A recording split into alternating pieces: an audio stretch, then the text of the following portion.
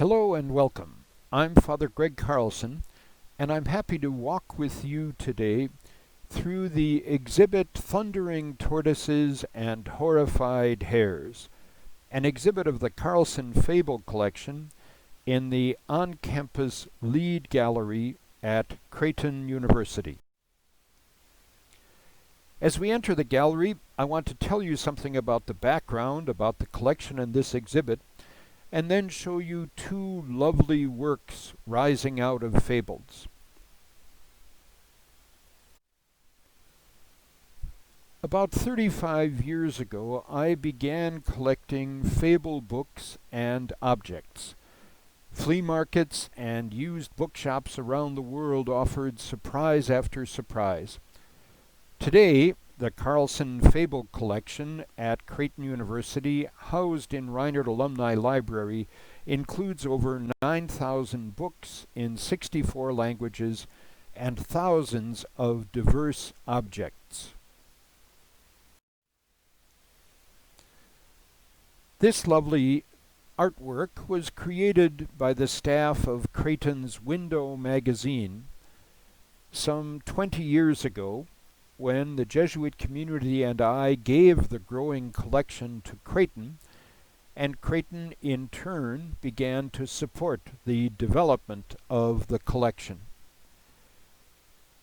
A public lecture at the Jocelyn 7 years ago encouraged me to make proposals for exhibits both at the Jocelyn and at Creighton's Lead Art Gallery.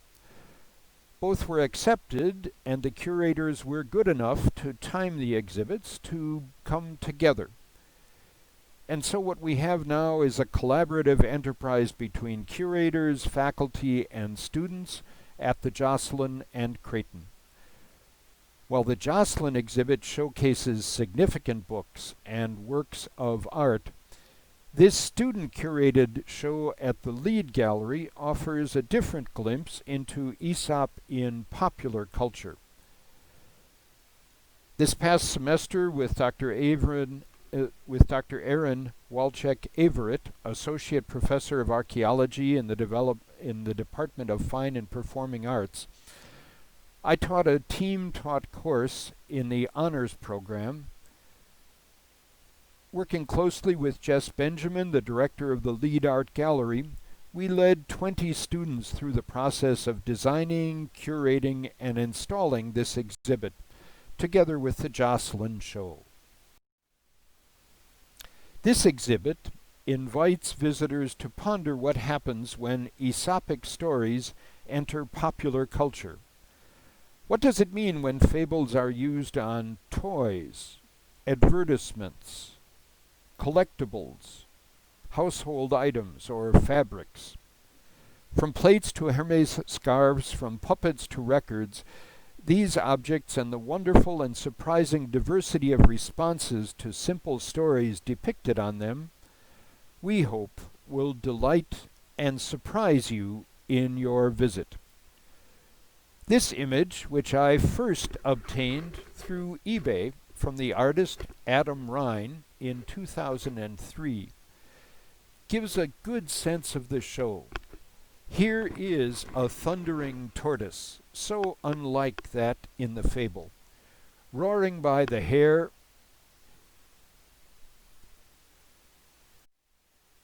who reads his newspaper showing that the hare is favored to win the race. This artist and all of those involved in this show, I think, invite us to have fun with the fables. As we walk in, we get a glimpse of the second and third segments, particularly of this show, showing respectively on the left, marketing Aesop, and on the right, collecting Aesop. In the center is a board game we'll visit in a moment, and it belongs to the first grouping, Aesop, Toys, and Children. What we see first in the show is the title, the kind of background I have been giving you, and our little poster child, the thundering tortoise. Then our first half wall shows us 4 Greek hangings made out of wood and hardy paper, each of them showing in 4 panels what happens in a particular fable. By the end of the 19th century, Aesopic fables had become children's literature in the United States and through much of the world, and creative manufacturers naturally used these stories for toys and games. The objects were made to entertain and educate children through play. Because of their familiarity, fable stories taught languages and reading, social etiquette, motor skills, and even strategy. But with this widespread use of popular objects in children's literature, the nuances of the stories often became lost in commercialization. Most Aesopic characters were reduced to nostalgia-inducing marketing.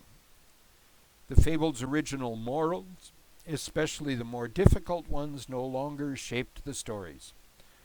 So this section begins, as I've said, with a collection of Greek scrolls generously given to me by Martin and Ulrike Köhler, grad school friends from Heidelberg. The first of them presents the lovely story of the enterprising salesman who had 2 donkeys. The first of them had salt as his charge and went ahead, but found that the river lightened him up. The silly merchant, without realizing what might happen, got on the second donkey to let him carry him through the river. But this donkey was laden with sponges. The result was that both second donkey and clever merchant almost drowned in the river as the sponges soaked up water.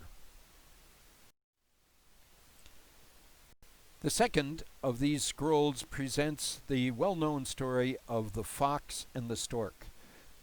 This ugly fox invites the stork to lunch, but serves a thin soup in a shallow bowl.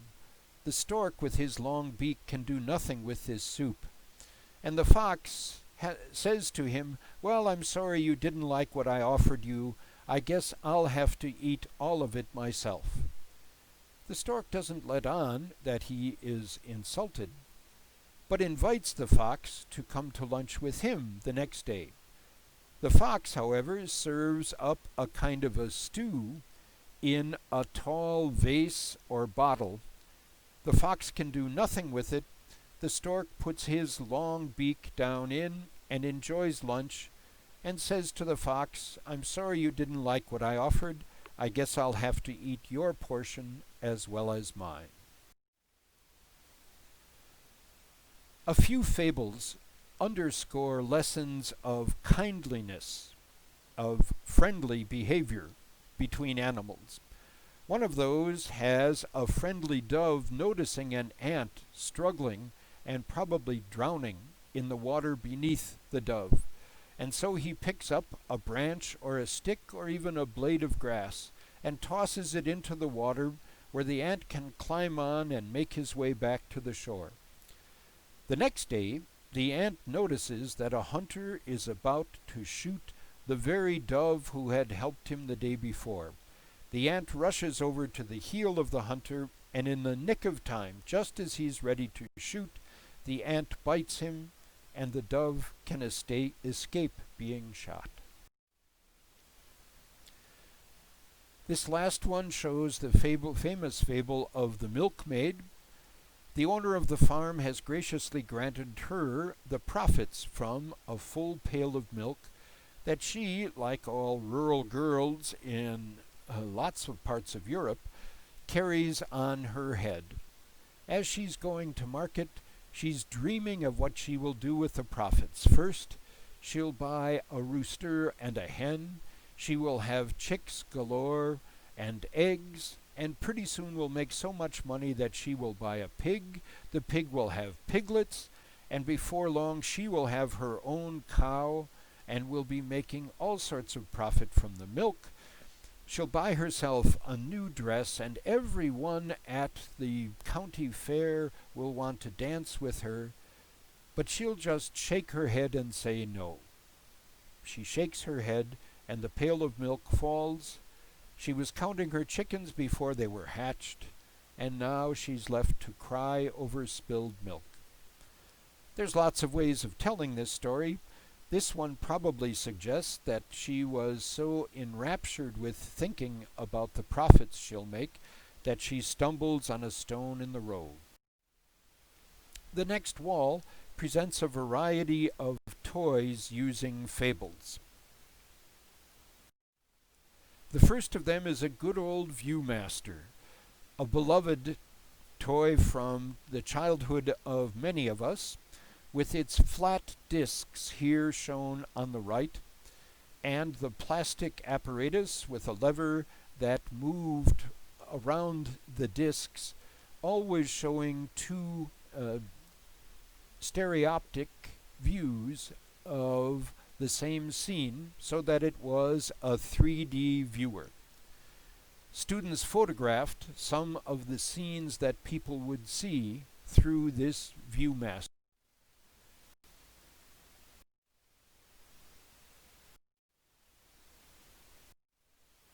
Here's the fox and the crow. The flattering fox has talked the crow into showing his terrific voice, and the cheese comes straight down into the fox's mouth. Here's the grasshopper and the ant. The grasshopper is starving in winter because he sang all summer.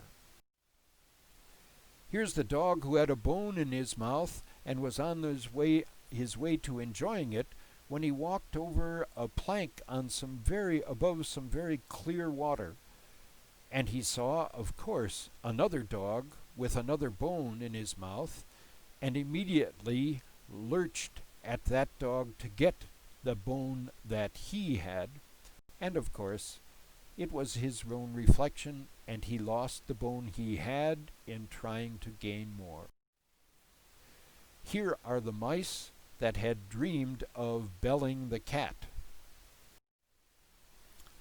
Next up in this segment is a lovely set of German tin sandbox serving toys, pitchers, cups, saucers, and a platter, probably from about the turn into the 20th century.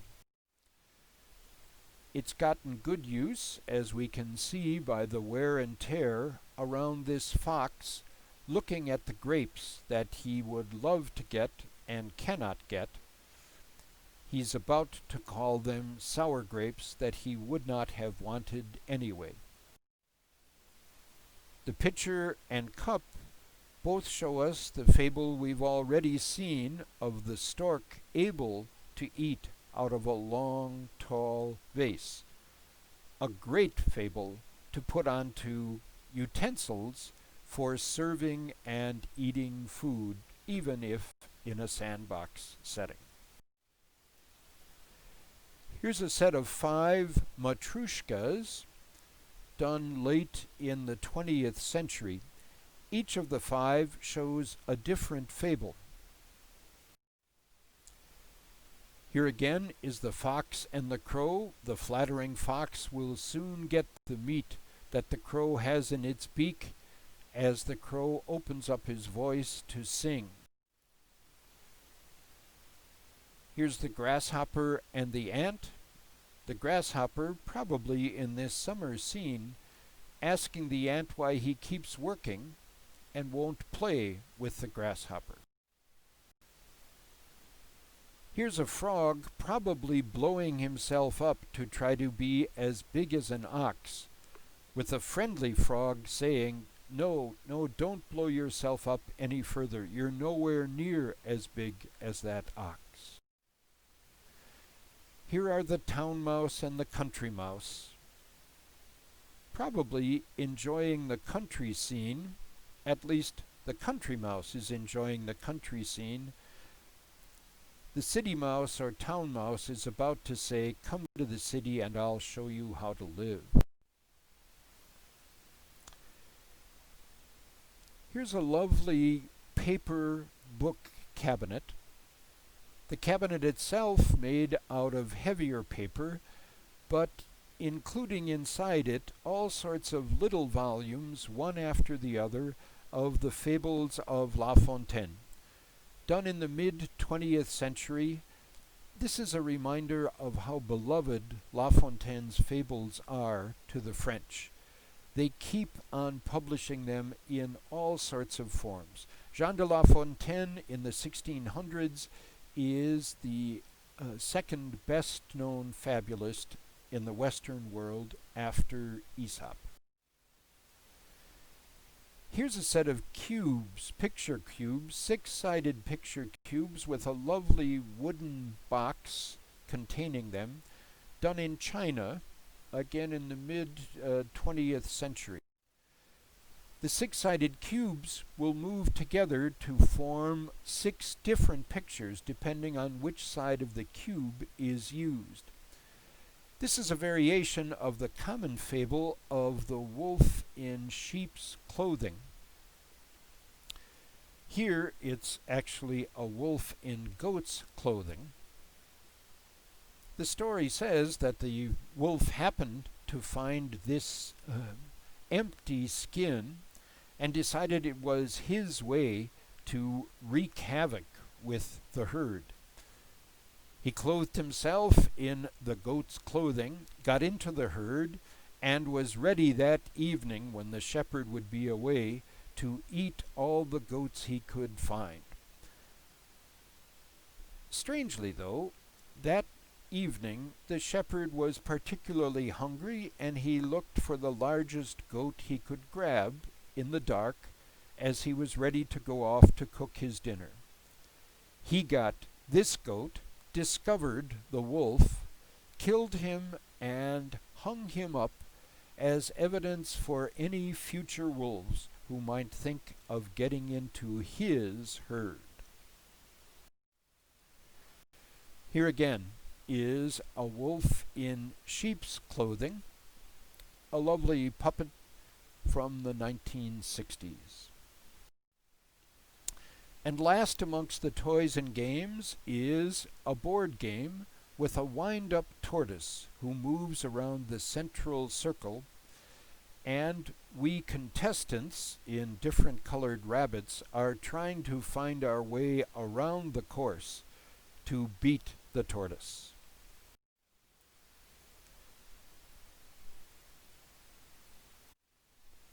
The second segment is called Marketing Aesop, and it gets at the heart of what this exhibit is showing. Advertisers love Aesop, but they regularly abuse his fables. They cleverly and deliberately manipulate and misquote the fables, skewing them toward a new meaning for promoting their products. They naturally use humor as an ally as we encounter a new story incongruous with the traditional fable. By using an exaggerated, altered, or even ridiculous version of a fable, companies or artists twist the message to sell their product or promote a message.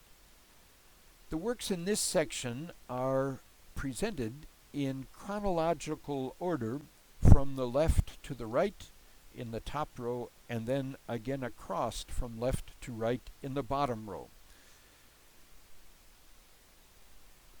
A good sense of what's going on in these was already given in that thundering tortoise illustration by Adam Rhine, which makes something quite new of the traditional fable. First up is not an advertisement, but a political cartoon on the front page of Don Quixote, a French journal, in 1879. As far as we can tell, it is ridiculing a French politician who wanted to seize more territory along the Rhine? Or could it be ridiculing a German politician who wanted to seize more territory along the Rhine? I'll be happy if someone even better acquainted with history than I am can tell me who this figure is. The poem inside Don Quixote, the magazine, actually refers to a gourdine and makes it like the milkmaid who has lost her milk here, despite all the dreaming she was doing, makes it into a feminine gourdine. I can't find the masculine gourdine who is being caricatured here by Gilbert Martin. Similarly, here we've got the election of 1908, featuring the Republican William Taft defeating the Democratic tortoise William Jennings Bryan. Fables are available for people to use and have fun with.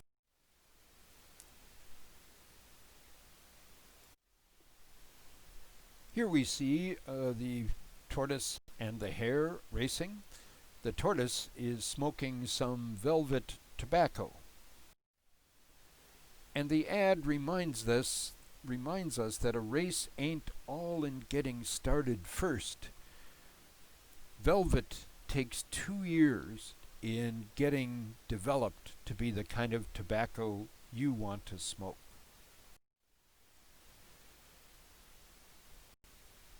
Kellogg's All-Bran takes a look at the race between the tortoise and the hare as a matter of avoiding constipation.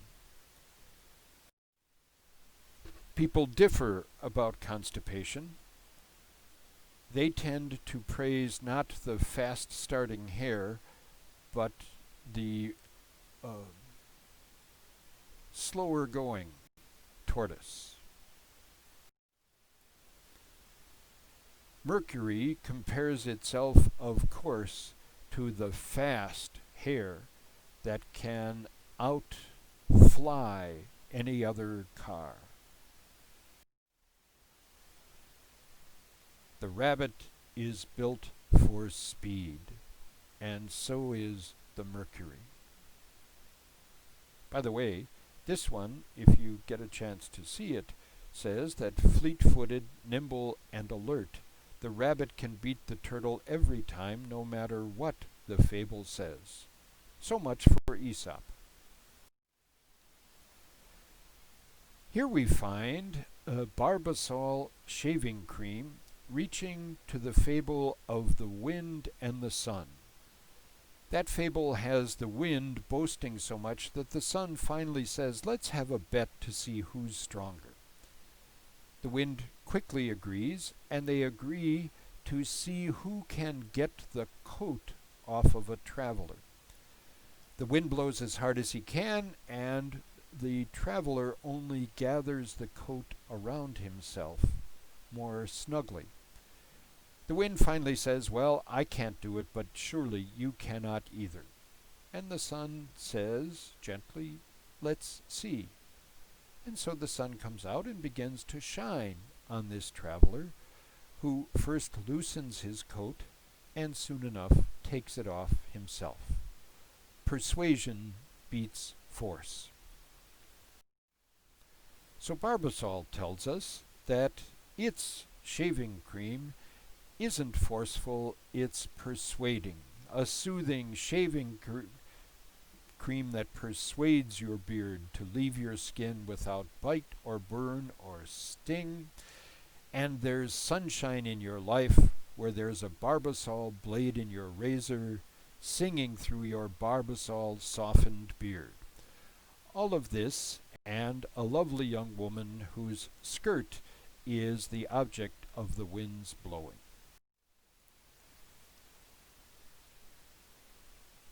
Cereal, again in the person of Grape Nuts Flakes, takes to the true tale of the tortoise and the hare. What really happened here is, according to them, that the dumb bunny got bogged down because he'd gorged on a lunch as big as a banquet. So eat more sensibly, and you won't fall asleep the way the bunny did in the fable.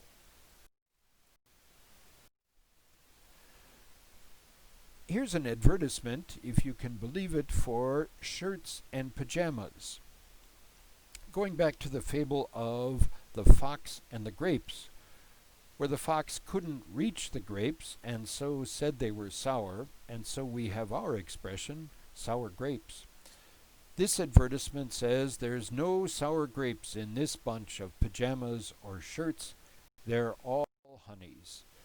Yes, true Val, shirts, pajamas, and sportswear, recommended by the fable about the fox and the grapes.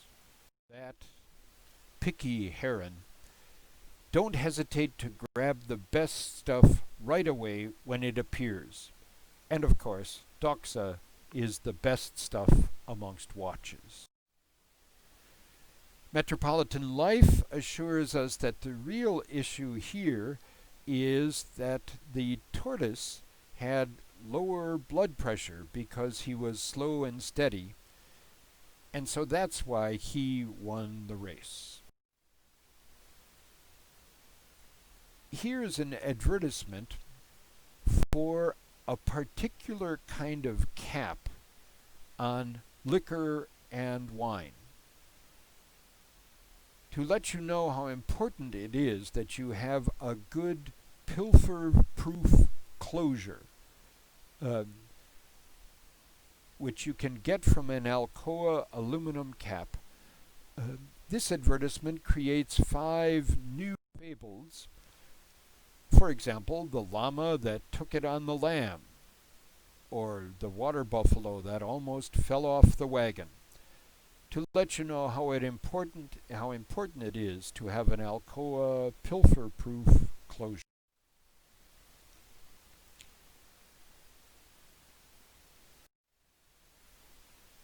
Rand McNally works off the fact that we don't really know who created all of Aesop's fables. If only there were printing back then, the way there is now, we could know for sure which fables Aesop himself wrote. So, the good thing is we have printers like Rand McNally today to make sure that people know who writes the fables we have produced. We really don't know, they say, that Aesop wrote the fables we ascribe to him. But if printing had existed in ancient Greece, we would be as certain of the authorship of these fables as we are of their charm. Today's author fares better, especially when Rand McNally is publishing him or her.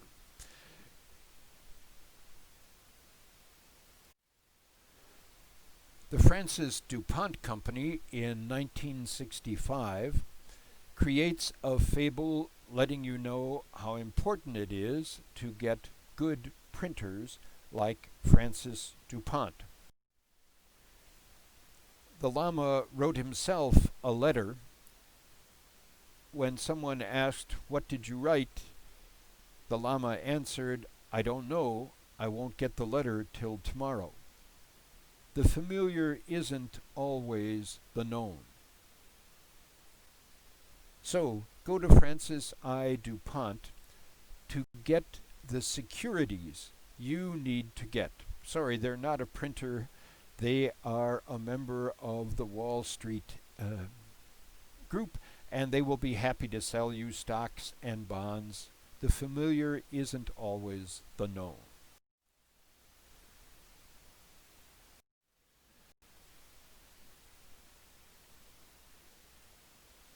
The Tortoise and the Hare. My sister found this in a magazine decades ago, it's still a wonderful advertisement for eyeglasses. We all know the Energizer Bunny. This is the tortoise whose Duracell batteries had worn out. And we see how badly this poor tortoise fares. When it comes to instant gratification in terms of buying stocks and bonds, we need to look to the tortoise as an example of long-term effects for whatever we buy in this area. The tortoise never lost sight of his goal. The same sort of theme comes up in Southwest Airlines magazine when they're talking about the right investment strategy. They use a clever graph to show that you should mix the kind of slow, steady earning tortoise stocks and bonds as well as the more erratic hare stocks and bonds.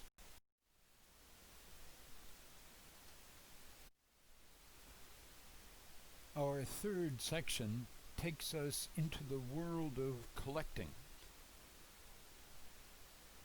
For lots of people,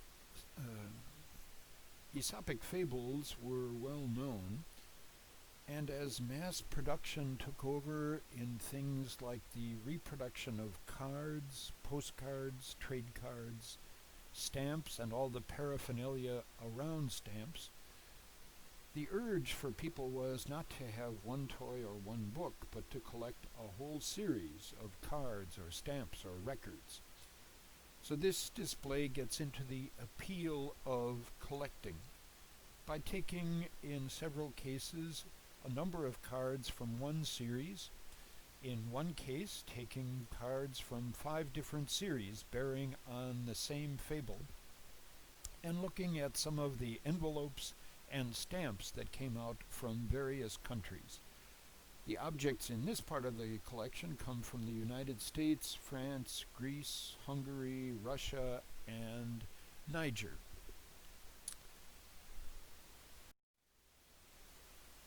Here first we see a collection of 2 different kinds of trade cards and a set of stock trade cards done for the use of all sorts of manufacturers. A trade card was given out when somebody purchased something, and so was an incentive to come back and get other cards in the series. This first set comes from the French department store Bon Marché, is quite oversized. It's probably about 3 times the size of a postcard. It shows the power of chromolithography by about the year 1900. Very well done, very well executed with lovely color. We see here the grasshopper and ant translated, as often in France, into a human situation. Here it's the starving artist appealing to the rich ant for some of her resources. From the same series, we see the fable about the poor ass or donkey who thought that he should do the same sorts of things the lapdog did, and then people would love him more.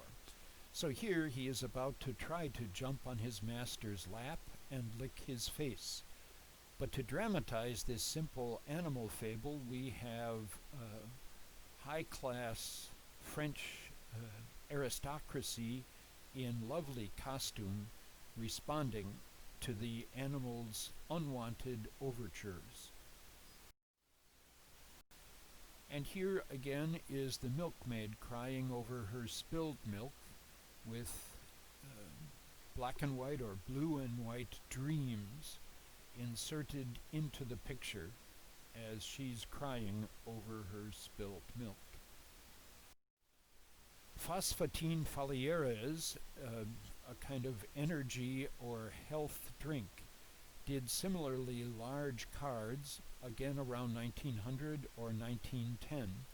Here's their depiction of the grasshopper and ant, where the ant in winter, barefoot and skimpily clad, is sent away by the bourgeois mother ant, standing with her children to protect her doorway. These are marked by lovely floral boundaries, and of course the back of the card would show the full text of the fable. So these are not stock productions. They are done particularly by and for one manufacturer, in this case Phosphatine Foliaires. There's a kind of an Egyptianizing tendency in these cards around the turn of the century. Here's the fox and the crow, where the crow is a rich pasha with some food, and the fox is a clever lower-class beggar, appealing, flattering, in order to get what the crow has in its beak. And here's the story of the oak and the reed, where the powerful oak had said to the wispy reed, "Oh, I wish I could protect you better." And the reed's answer was, "That's okay, I'll take care of myself." The storm came. The oak, of course, opposed the storm and was uprooted, while the reed bent with the wind and survived. I'm not sure, is this Antony and Cleopatra, where Antony has committed suicide, but Cleopatra, who was able to relate to several different Roman emperors, at least for the moment, survives. Here is a stock trade card ready to be stamped with the name of any retailer that was selling something particular. It's the cartoonish approach to the fox and the crow, where the fox, by the way, is cleverly dressed in a smart, snappy jacket. And here's the same series version of the milkmaid dreaming of her chickens and pigs and cows, but then letting her milk pail slip. Notice the delightful wooden shoes, as well as the simple peasant outfit. And here's the fisherman who caught a small fish. He was ready to put it into his bag or pail when the little fish said, "Wait, why don't you put me back and catch me a year from now when I'll be a lot bigger?" A bird in the hand is worth two in the bush. Here we have a series of 4 cards, contemporary, done in a much different artistic style, and these are postcards with room on the back for a message and a stamp. Here is the frog blowing himself up to be as big as the ox, who is, by the way, dressed in dinner jacket and hat. The frog is, of course, about to burst. Here's the same artist's rendition of the wolf and the crane, where the crane is removing a bone from a chicken that the wolf ate far too hastily. The wolf had promised a reward to anyone who could help remove the bone.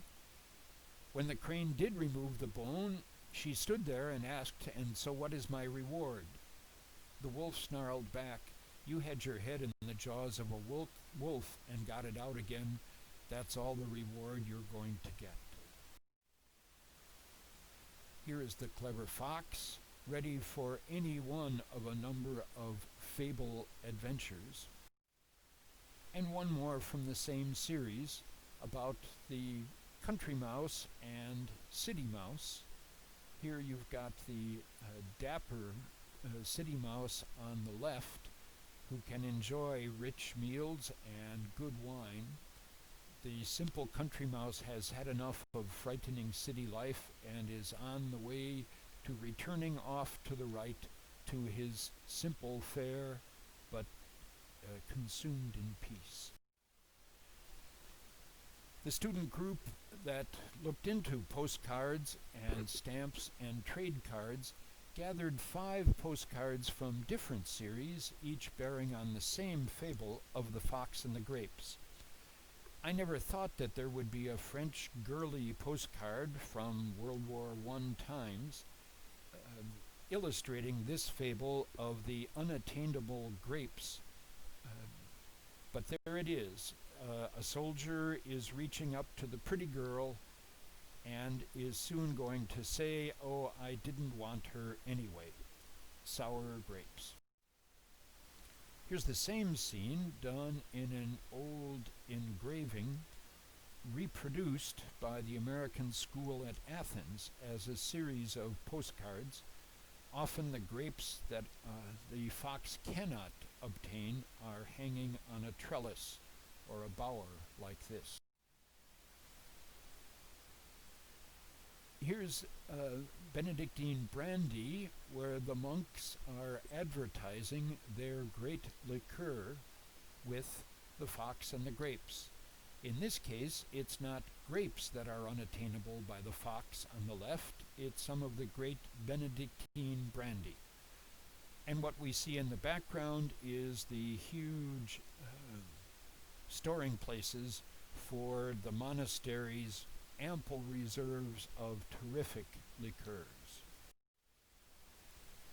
Here's a card from a series done in about 5 different languages during World War I. A set of 6 cards mocking the Germans. Here it's the fox and the grapes, pictured through a German commander who is looking up at all the places he cannot attain. Their names are cleverly put into the vines on the left. And here's one last one, the fox and the grapes, done in a contemporary artistic version where the fox is moving away, saying or muttering sour grapes about the lovely ripe grapes that are hanging too far above him. Here's a series of 4 cards done by the children's artist Molly Brett. The dog enjoyed the manger all day long while the animals were out working. When they came home, they asked the dog to get out of the manger so that they could enjoy the hay. The dog, who has really no interest in hay except that he can sleep on it, barks back at them.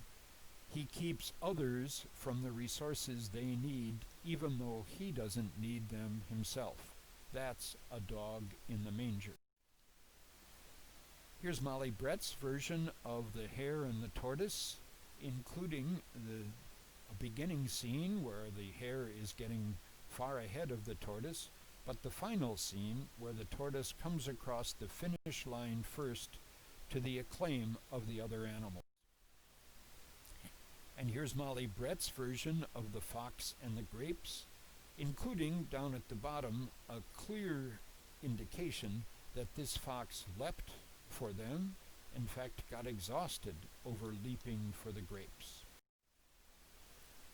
And here's the town mouse and the country mouse, showing the simple country scene at which the town mouse turned up his nose, but also the city scene where the cat suddenly came upon the 2 mice and made them scatter and run for their lives.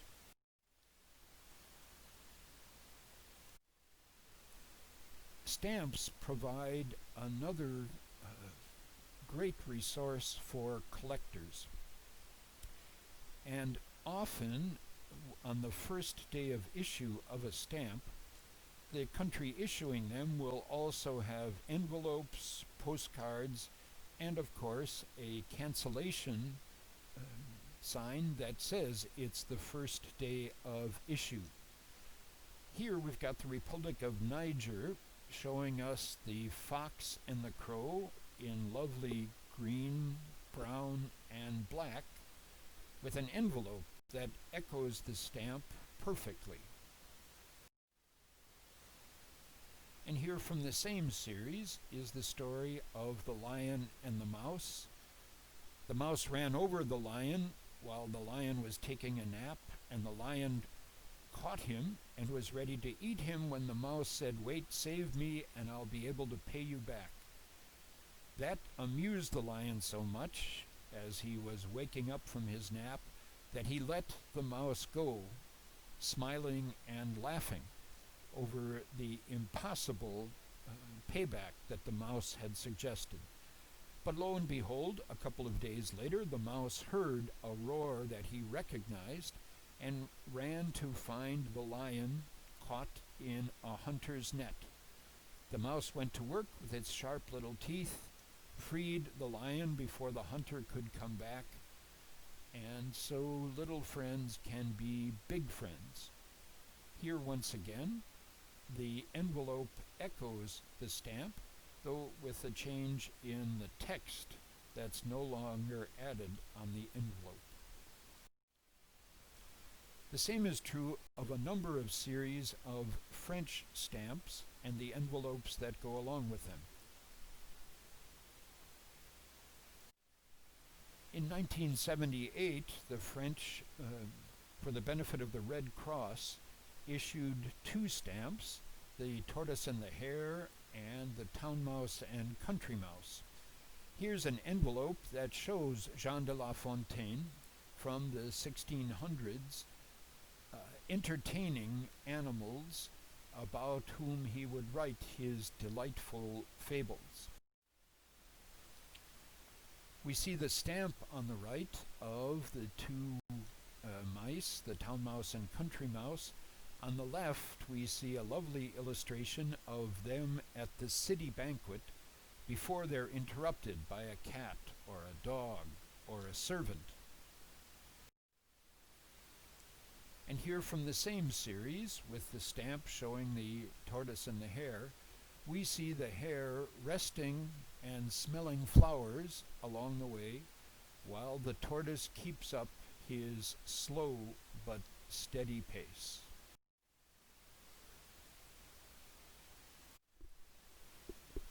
Furesi-Jusha in 1983 did the artwork for a pair of new Hungarian stamps. Here we have the fox and the crow stamp and postcard, where the postcard cleverly reverses the stance of the fox, waiting to receive the crow's cheese, as the crow begins to do his awful singing. There's a nice cancellation stamp on the postcard. And here from the same series is the tortoise and the hare. Once again, the postcard changes slightly what we have in the stamp. The postcard has the hare waving to the tortoise as he goes by, ever confident that he can catch up.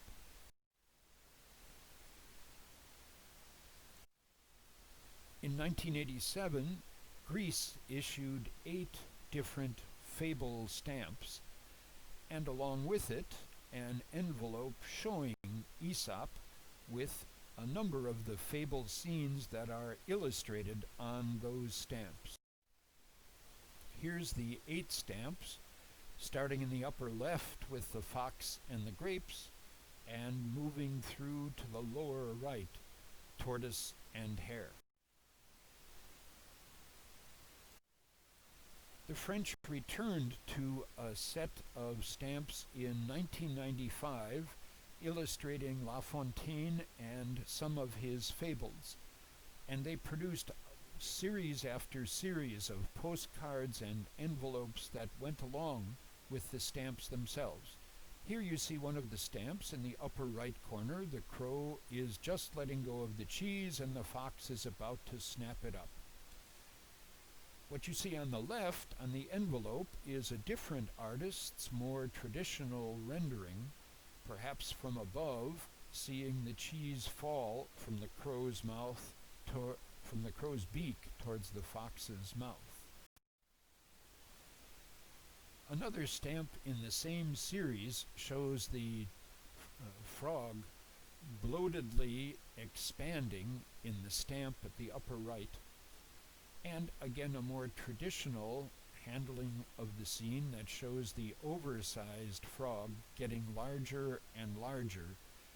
The ox really doesn't care about the whole thing and goes on eating grass, but the children of the expanding frog are worried about their mother extending herself so far.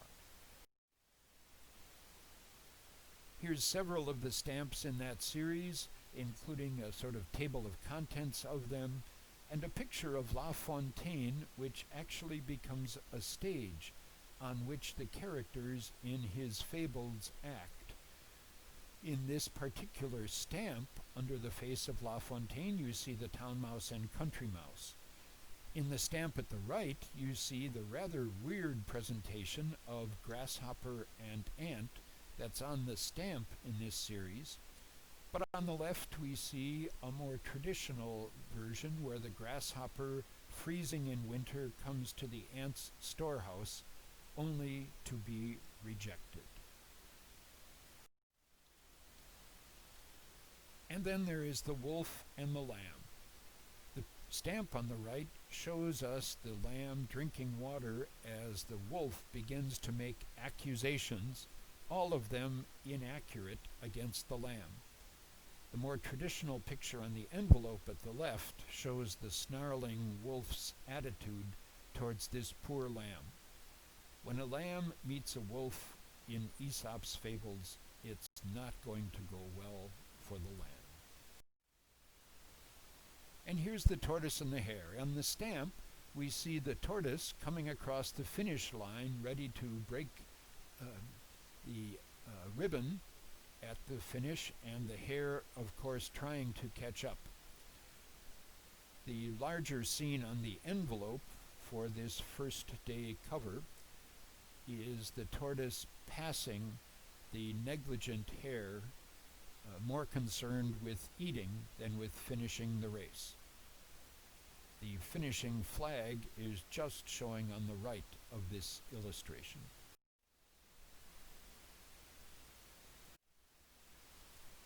The last stop in the collector's corner shows us the covers of 4 different albums of fables, 4 quite different approaches to fables and selections of fables to sing or to speak.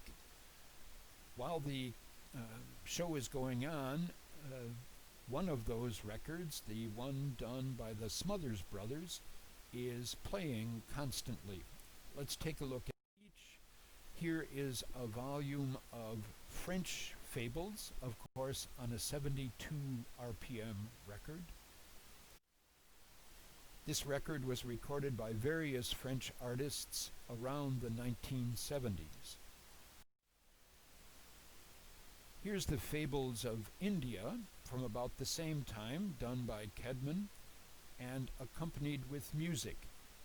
The Indian tradition of fables coming out of the Panchatantra in editions called things like the Fables of Bidpai or the Fables of Pilpai or Kalila and Dimna are lovely stories.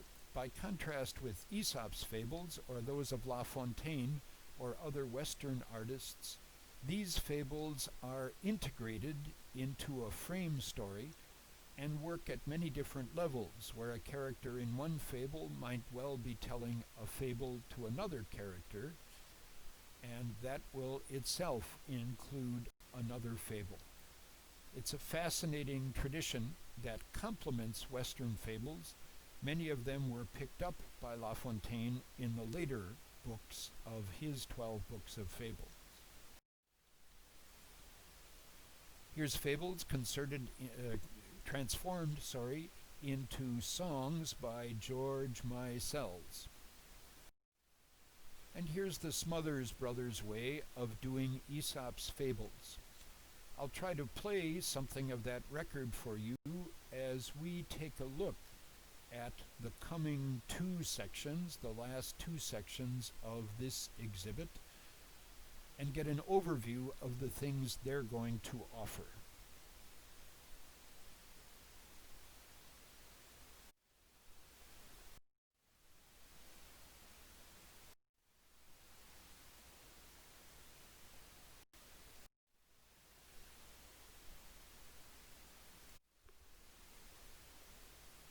Fables show up in a surprising number of ways in homes, especially late in the 19th century and well into the 20th century. People decorate their homes with objects reminding their children of their parents' childhood stories, impressing guests with their host's good taste, and inviting engaged conversation. Matchbooks, whether in Russia or France, are boring without some decoration. Why not picture fables on them? Why leave cups and saucers plain when we can decorate them with fable scenes and then buy whole sets of tableware continuing the fable? Plates can represent fables, whether set up in showy cases or on tables for use. What we see first on this table is sets of matchbooks and a charger. The next wall features a number of household items. Here are a set of 3 different grape scissors and 3 fancy chrome-plated knife rests. We move into the 5th of the 5 segments of this collection, and it concentrates on fabrics and around the world, people have been inspired to decorate their homes and their clothing with fables, like the fables of Aesop.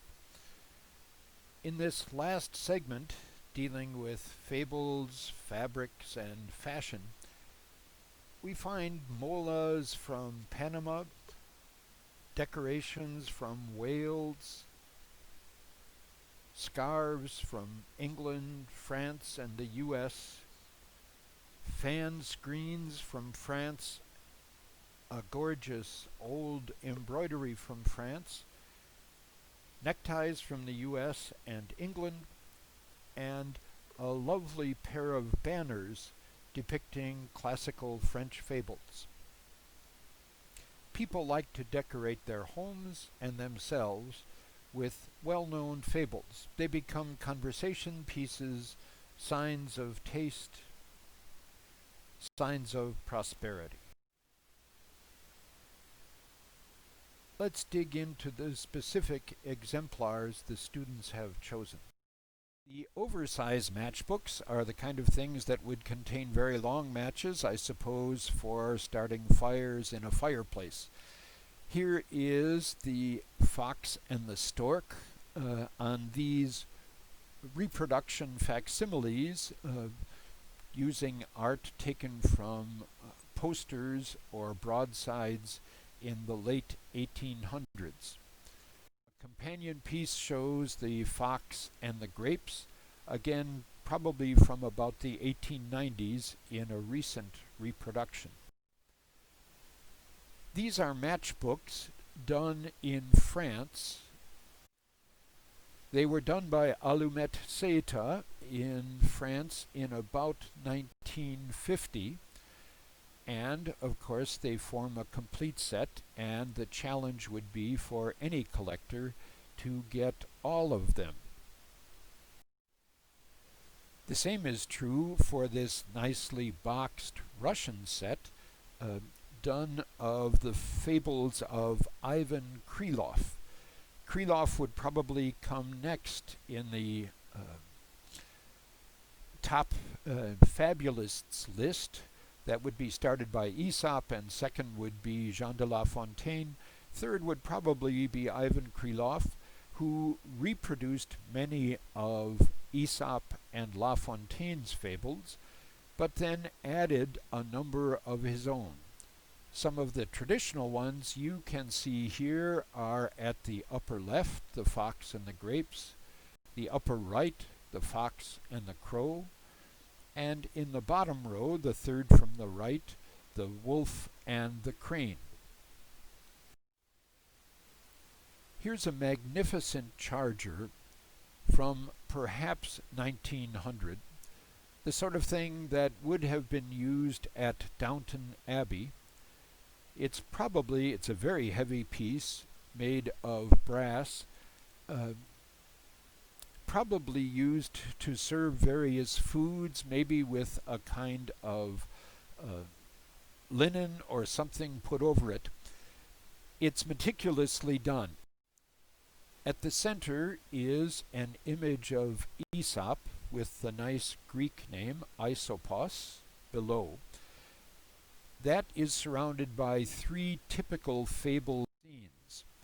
The first of them is borrowed feathers, where a crow, trying to look better, stole feathers or picked them up from all sorts of birds, especially peacocks, and looked good on the surface until the peacocks started ripping out of him, each of them their own feathers, and he was left looking bald and unacceptable even to his fellow crows.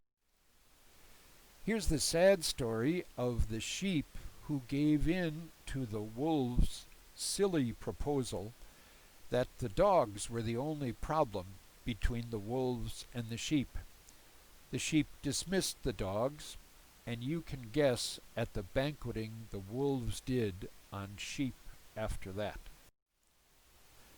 And here's the story of the fox who, at the very center, who lost his tail in a trap.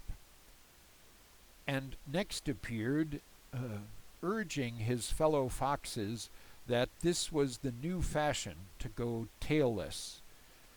They, of course, retorted that he was proposing this kind of fashion only because of his own loss. The next wall features a number of household items. First on the left are two Chinese teapots. The one at the right, probably copper.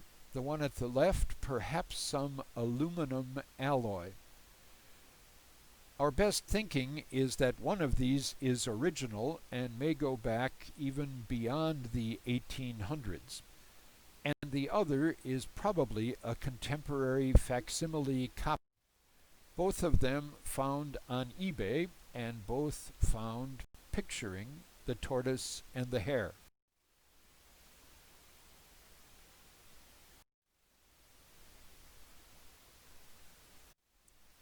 Here are some items from a setting of Royal Winton tableware done in the early 1900s.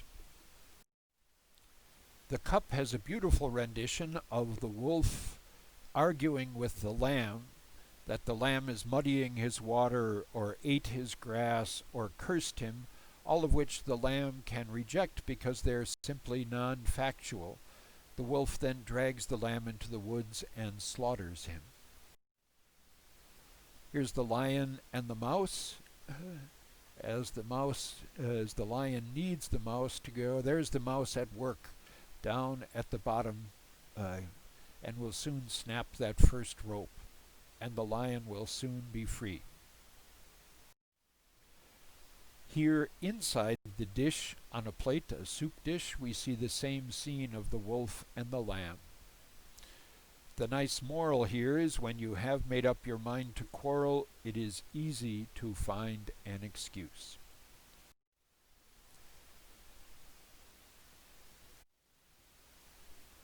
These 5 American plates come from Michael Hampshire, and the artist is Edwin Knowles in 1988.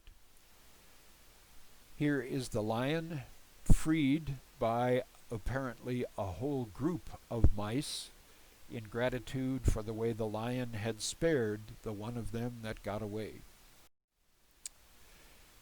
Here's the tortoise celebrating his victory at the ribbon at the end of the race as the hare comes up just a little bit late. Here's the fox trying to stand on top of a barrel and then a stool to leap at the grapes which are just beyond the point of his nose. Here are some of those borrowed feathers that the crow thought he could use to look better in the beauty contest, but as we saw was rejected not only by the peacocks but then by his fellow crows.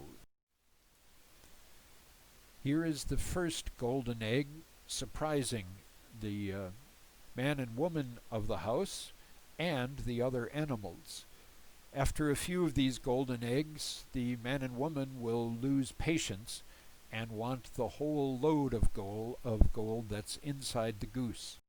So they slaughter the goose that lays the golden eggs and find the goose perfectly normal inside. Here are 3 from a set of about 25 French juice glasses for kids. One of them features, if you look at the bottom in the center, the frog who's trying to blow himself up to be as big as an ox. The one at the left features the lion and the mouse, and at the right we have the fox reaching for the grapes that are out of reach. Here's a better view of that frog who's going to try to be as big as an ox, of the fox going after the grapes, of the lion smiling at the mouse that freed him. Here are a set of 3 different grape scissors and 3 fancy chrome-plated knife rests. The grape scissors feature the fox and the grapes. You can see the grapes hanging at the center of this scissors. Here you can see the foxes coming just off the finger openings and reaching up to the grapes on this scissors. There's a detail of the foxes reaching up to find the grapes, but there's a gap between them. Here's the first of those 3 knife rests. They're signed by the French cartoonist Benjamin Rabier about 1920. Here is the crane reaching into the ravenous wolf to pull out the bone on which he was choking. And here's the tortoise reaching the finish line just ahead of the hare. And here's the crow ready to drop his cheese to the waiting fox. The last of the items included in the home section is a set of 3 tiles. These were originally done in a book by Walter Crane in about the 1880s. The Zanesville Tile Company in Zanesville, Ohio, took over the drawings and reproduced them on these decorative tiles in brilliant color.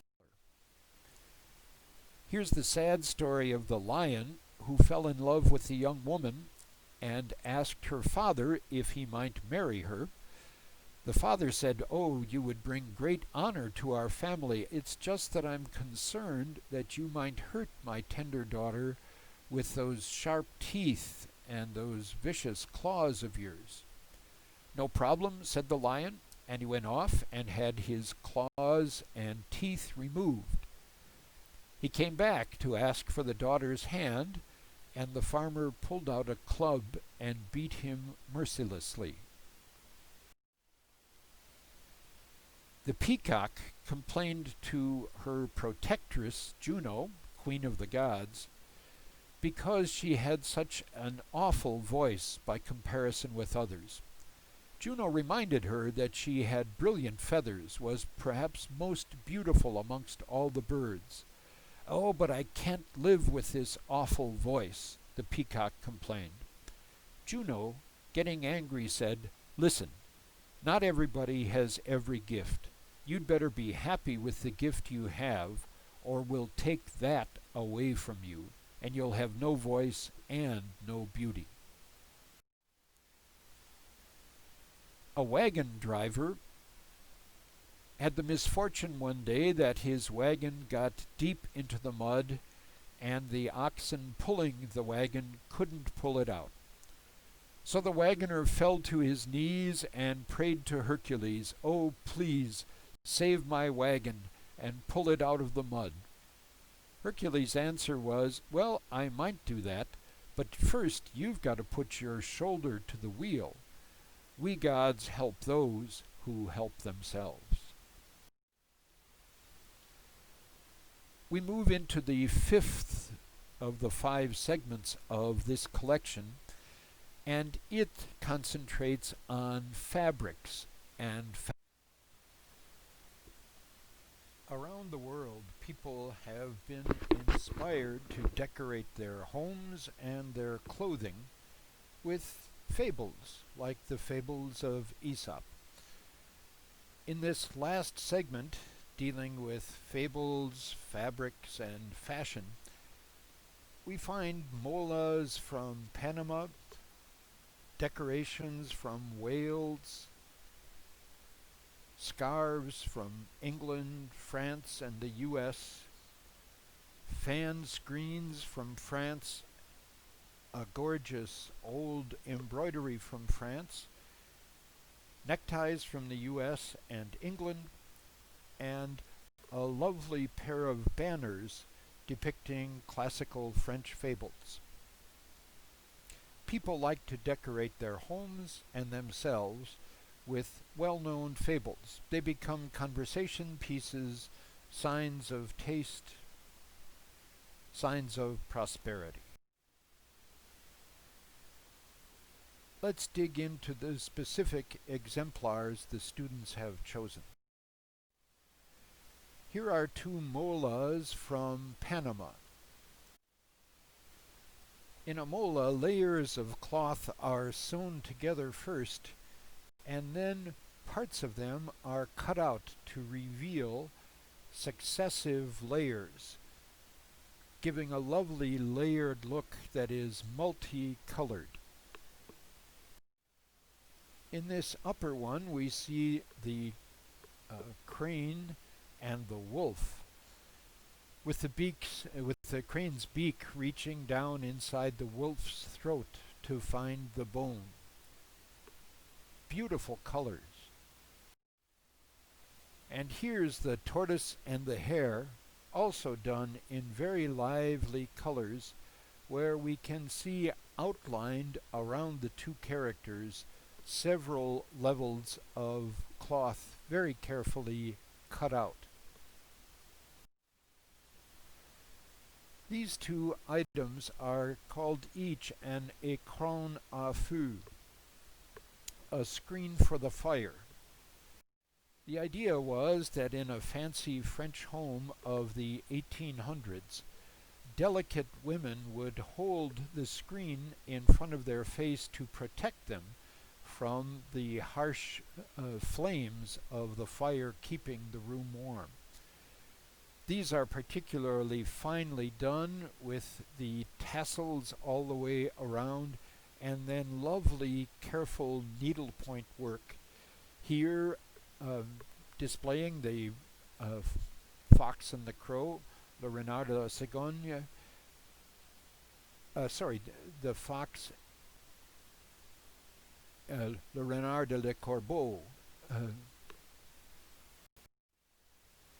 Here on the other screen is the fox and the stork, le renard de la cigogne, done again in wonderful detail, and a close-up of the fox and the stork, as well as a close-up of the fox and the crow.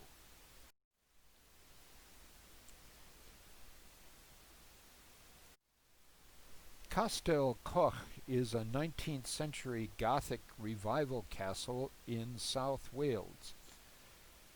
Here is a fascinating rendition of the tortoise and the hare, which has the tortoise leading by very little in the race. Surprisingly, this piece was done in Ireland. Even more surprising is the frog sitting up in the branch of the vine, watching the whole race with a drink in his hand, and seemingly excited, perhaps expostulating over the result of this race. Here's a fancy French scarf showing several scenes from La Fontaine and identifying him. We can notice well-known fables like The Fox and the Stork up in the upper left, The Fox and the Crow in the central upper square, then in the upper right, The Fox and the Grapes, at the very center, The Tortoise and the Hare, and in the lower left,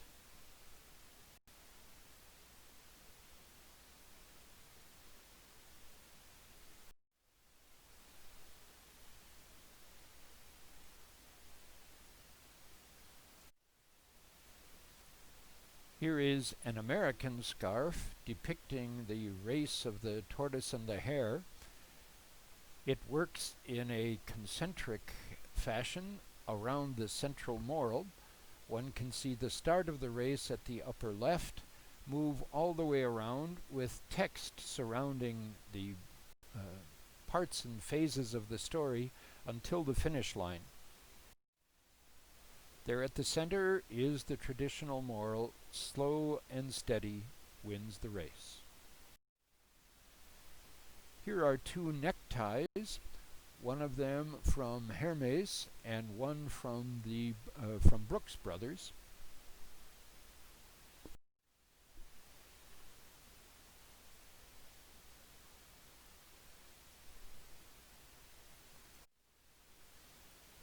Here from Hermes is a tie depicting the fox and the crow.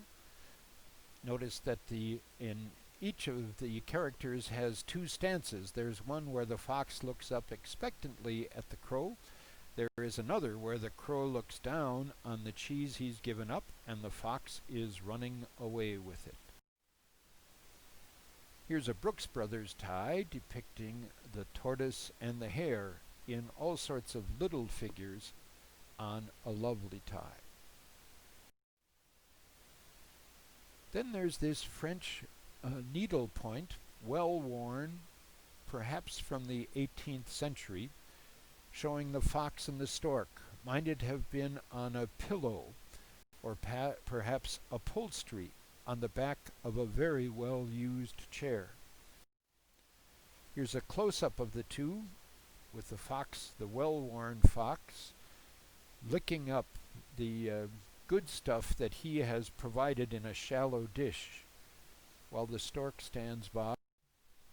Here's that fox even closer up, where we get a good sense of how well rubbed this lovely needlepoint is.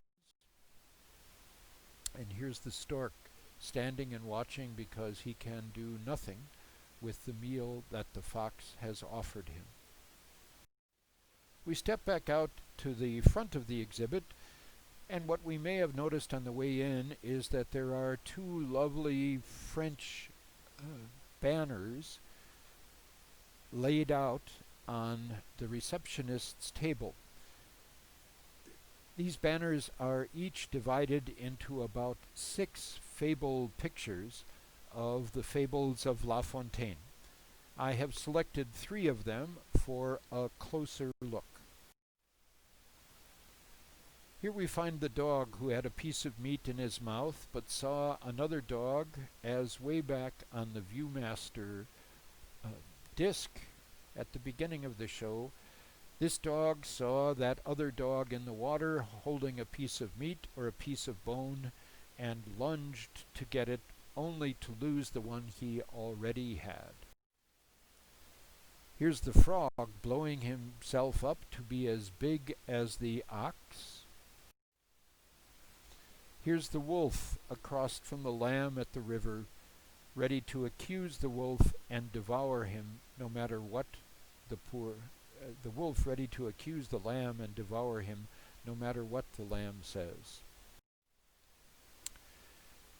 I hope you've enjoyed your time with Aesop's Fables today and with La Fontaine and Krylov's reworkings of them. It's fun to see what happens to Aesop's Fables as they enter into various forms of our culture. I'm sure Aesop and I will welcome you back for your next visit. Goodbye.